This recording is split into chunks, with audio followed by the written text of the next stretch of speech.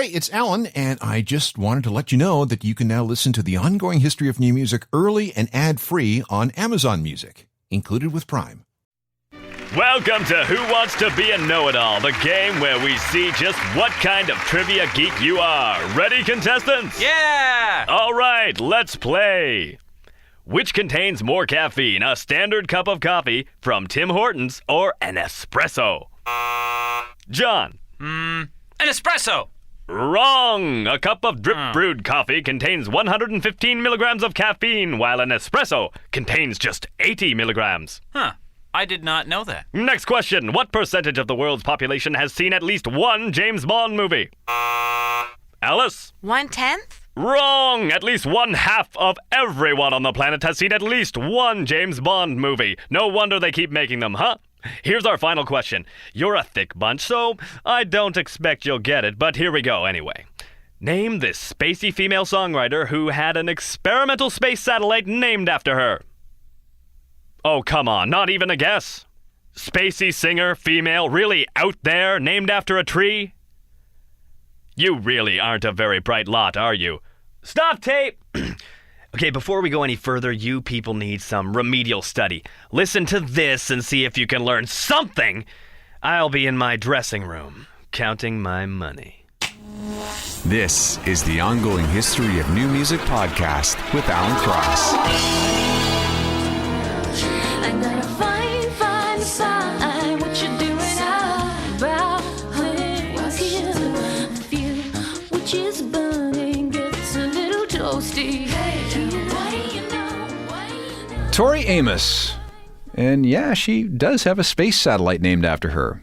Tori, which is what it's called, is a 12-kilogram experimental satellite designed to explore the complicated issues of orbital mechanics. Apparently, Tori was a source of great inspiration to the people who designed the satellite, so they decided to name it in her honor. This is an example of the arcane stuff that you come across when you do a job like this. Hello again, I'm Alan Cross. And did you know that the first Super Bowl was considered to be so unimportant that the NFL didn't bother keeping any film of it?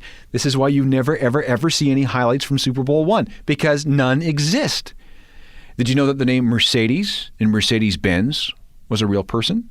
Her name was Mercedes Jelinek, a girl who lived in Austria about 100 years ago. And what about the first modern credit card? What was the first credit card? It was Diners Club, which was introduced in 1951. So, okay, you get the idea here.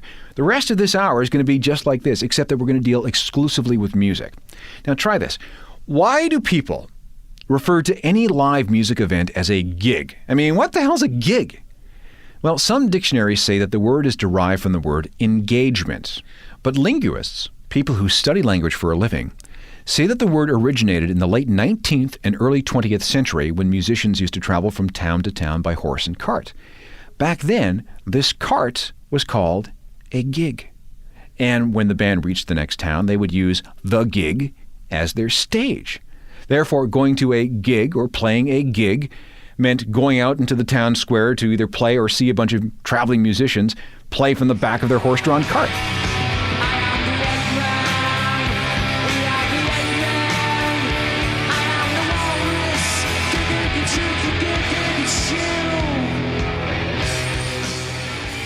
There's Oasis playing a gig, allegedly in Glasgow, Scotland. At least that's what it says on the CD. But that's not the truth. Here's Noel Gallagher with the complete confession. It's not from a gig at all. It's actually from, we got invited to play a Sony convention just before we signed to Creation. Because I think at the time Sony were bankrolling Creation, and I think they wanted to have a look at us. So we went up there, and that was actually recorded in the sound check for the Sony convention in Glen Eagles Hotel in, would have been 1993. And we were all very, very, very drunk. But we didn't want to put that it was recorded in a Sony convention because that wouldn't look cool. So we decided we would lie and put it was done in Glasgow, which is far cooler. But we did own up to it on the Master Plan album. We did say where it was from. And where did the crowd noises come from? Well, we nicked that off an Eric Clapton All the Faces bootleg from the Roundhouse in about 1973. So if you were at that gig, I assume I would be sued immediately. And still speaking of Oasis, here's something that you probably did not know about the Gallagher brothers. Well, Liam anyway. According to a British tabloid, Liam has a hereditary condition known as polydactyl. This newspaper says that they have photos of Liam's feet. And if you count carefully, they say, you will find that Liam has 6 toes on each foot. And because it's hereditary, it's very possible that Noel is the same way, and the same goes for Lennon, Liam's son. So if you ever see Liam Gallagher wearing sandals or maybe walking down a beach somewhere, have a close look at his feet. Count them up and get back to me on this. And while we're on the subject of body parts, we might as well discuss Donna's Domain. You know how many websites allow you to write your own review of a book or a CD or a movie? Well, welcome to Donna's Domain. Donna has a website that acts as something of a consumer's guide. This site rates the penis size and sexual ability of dozens of rock stars. For example, Art Alexicus of Everclear gets rave reviews in a couple of categories. Other critiques are directed at Tony Cannell of No Doubts, Sully from Godsmack, and Dino from Fear Factory. Mark Hoppus of Blink-182 is a hit with the ladies for obvious reasons. Marilyn Manson, however, is described as being lame. Mark McGrath of Sugar Ray is called a real slut. And Goldfinger guitarist Charlie Paulson apparently lacks rhythm. Anyone from Orgy here? I mean, you would think Orgy would be on a list like this. Well, yes! Amir, the guitarist, is average, although he has some specific kinks that I really can't get into here. He's also a good kisser, but he has the personality of a corpse. Unquote. And finally, what about Trent Reznor? 8 out of 10. Something about probably his animal instincts.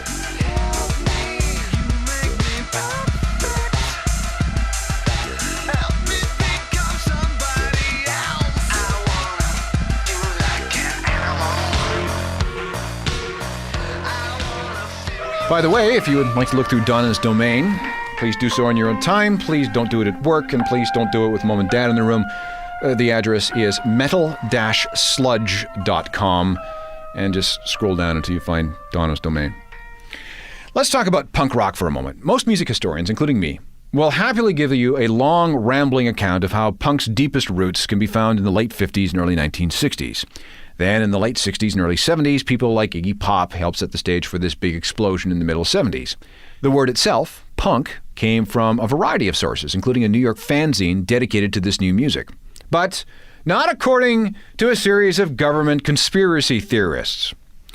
They say that punk was a government code name for a secret American nerve gas agent that was being developed in the late 1960s. This was a weapon. And along with killing you, this nerve gas caused all your hair to fall out, except for a strip right down the middle. What's more, that strip of hair turned funny colors. Obviously, the government tried to keep this all a secret, so punk victims of these clandestine experiments, were shipped off to England where they couldn't cause any trouble. Wandering the streets of London, these people vomited quite a bit and looked awfully drunk. However, some people, attracted by the hair thing, thought these weird Americans were pretty cool, so they started copying them. When asked what inspired them to do this, they answered, punk!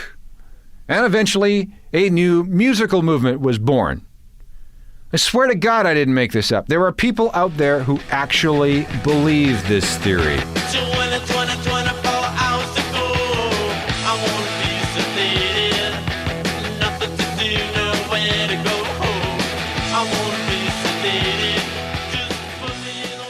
More shocking I did not know that facts right after this. Welcome back to an I Did Not Know That edition of The Ongoing History. And like I was saying earlier, even though I've been doing this program for years, I still run across facts and information that shock and surprise me. For example, I had thought that I had heard every variation of the touring sucks story until I came across this. In February 1999, Garbage was touring through Eastern Europe, part of the world that's hungry for any kind of rock and roll. On February 5th, 1999, after playing a show in Tallinn, Estonia, they tried to cross the border into Russia, where they were scheduled to play a show in the city of St. Petersburg. But Russian customs wouldn't let them in. Why? Because all the band's road cases were prominently labeled garbage. And apparently, Russia has a law against the importation of foreign trash. Yeah, the translator at the Russian border didn't realize that the band's name was Garbage. He thought that all these scruffy people were coming to Russia to drop cases and cases of actual garbage on the motherland. "What do you take us for?" Russian customs said. "All these boxes clearly labeled as garbage." Well, Garbage, the band, was delayed at the border until all this was sorted out. Meanwhile, the show in St. Petersburg scheduled for that night was cancelled. I think I'm paranoid and complicated. I think I'm paranoid, manipulated. If you follow the politics of the Canadian music industry, you'll be familiar with something called the CanCon rules. This is a federal law that requires all radio stations to devote 35% of the music they play to Canadian artists. The concept is to allow Canadian performers to develop and to get airtime in their own country. In Quebec, there's also a language component to this law. Otherwise, the theory goes, we would be swamped by foreign music, especially stuff from across the border to the south. What makes someone Canadian in the eyes of the law and the government and the bureaucracy in Ottawa is another matter, so we will just leave that to another show. You may be surprised to learn that Canada is not alone in erecting cultural protection laws like this. France, for example, has a similar statute which puts FranCon at around 60%, as opposed to our 35%. Same with Venezuela. Last I heard, for every foreign song a radio station plays, it has to play 2 Venezuelan records. This kind of thing is also very much an issue in Israel. The Israeli parliament wants all radio stations to devote half their music playing airtime to songs sung in Hebrew. The object is to stop the Americanization of Israeli culture, much like we want to stop the Americanization of Canadian culture. So what does HebrewCon, what does Israeli rock sound like? Well, this is a band called T-Pax, or sometimes called Tipex, after a brand of liquid paper type stuff. T-Pax straddles the line between pop, Sephardic, and Ashkenazic music. Here's a track called, well, I don't know, I can't pronounce it. Anyway, it speaks of growing in a government-created town in the middle of nowhere. So let's give this a listen. From Israel, this is T-Pax.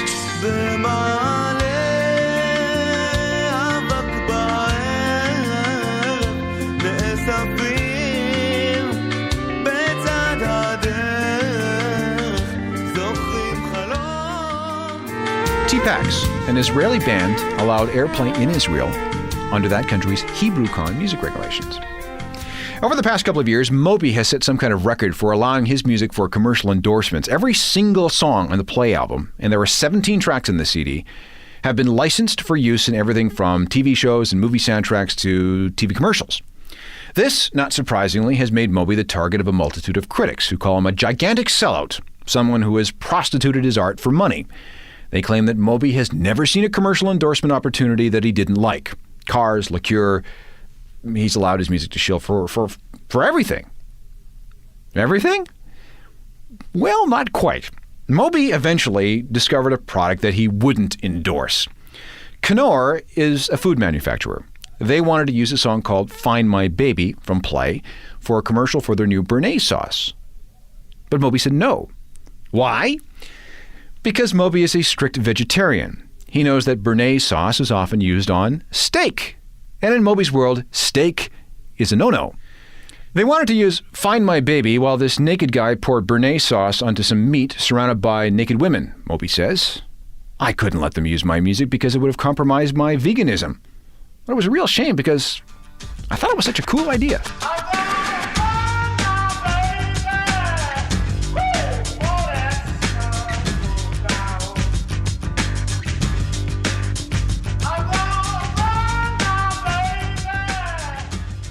Moby, man of principles. Then again, this is a man that once claimed to play a certain game at crowded celebrity parties, something about unzipping his pants and stealthily touching people. It's a good game, and I encourage everyone to play it at some point in their life because it's one of the funniest things you can ever do, Moby explains. Madonna, Drew Barrymore, Kate Moss, Winona Ryder, and Dennis Rodman were apparently among his victims. But Moby has since disavowed all this, saying that he said this is a joke. But on a related note, if you know where to look, you can find Moby appearing in a weird independent film where he dances with some dildos strapped to his head. Seriously. Back with a few more oddities, surprises, and general exercises in the surreal right after this. We have time for a few more strange facts. This is stuff that I've uncovered over the years, and I just didn't know what to do with. So here we go. True or false? There is a play based on the lyrics of Radiohead. Answer? True. And Radiohead isn't happy about it. Dean Testerman, who's a director and a playwright and a freelance journalist in Los Angeles, created something he called the Untitled Radiohead Project. And during an audition for an unrelated play, the director asked him to deliver a monologue, to which Testerman replied with a recitation of Radiohead's Creep. And that gave him the idea for this play, which was centered on a young man named Tom. Tom was in a car crash, and while he's in a coma, he subconsciously examines his life. And all the dialogue in the Untitled Radiohead Project is taken from Radiohead songs. There's Creep and Let Down and Airbag and Subterranean Homesick Alien. It's not like this was a big production or anything. It was scheduled to be performed in a 70-seat theater in Los Angeles. And if it did well, it was going to play similarly sized venues in other cities, including Vancouver and Toronto. Man, fans might think this is a pretty cool concept, right? Well, what problem? Dean Testerman never got permission from anyone to use Radiohead's lyrics. You just can't take someone else's words and use them for something else without asking first. So did Radiohead's copyright lawyers move in? You bet they did. And that's why you've probably never heard of the Untitled Radiohead Project. But I'm a creep. I'm a widow. What the hell am I doing here? Here is one quick story before I go. In late November 1991, Jerry Cantrell of Alice in Chains went hunting with his brother. And before he left, he promised everyone that he would be back for an important gig on December the 1st. Fine, everyone said. Have a good time. We'll see you at Soundcheck. One problem. Jerry honestly believed that November has 31 days, and he ended up missing the gig. When he turned up on December the 2nd, which he, of course, thought was December the 1st, he was surprised to find that he had missed the show. And that Christmas, his record label gave Jerry his very own pocket calendar. There's more of these stories where these came from. We will revisit this whole topic in the future. Meanwhile, if you're looking for more cool information, some of it of the completely useless variety, find me at ajournalofmusicalthings.com. That's the website I update every single day. You should get the daily newsletter too. I mean, why not? It's free. I'm also on Facebook, Twitter, Instagram, and TikTok, and all email should be directed to alan@edge.ca. Technical productions by Rob Johnston. I'm Alan Cross. You've been listening to the Ongoing History of New Music podcast with Alan Cross. Subscribe to the podcast through iTunes, Google Play, Stitcher, Spotify, and everywhere you find your favorite podcasts.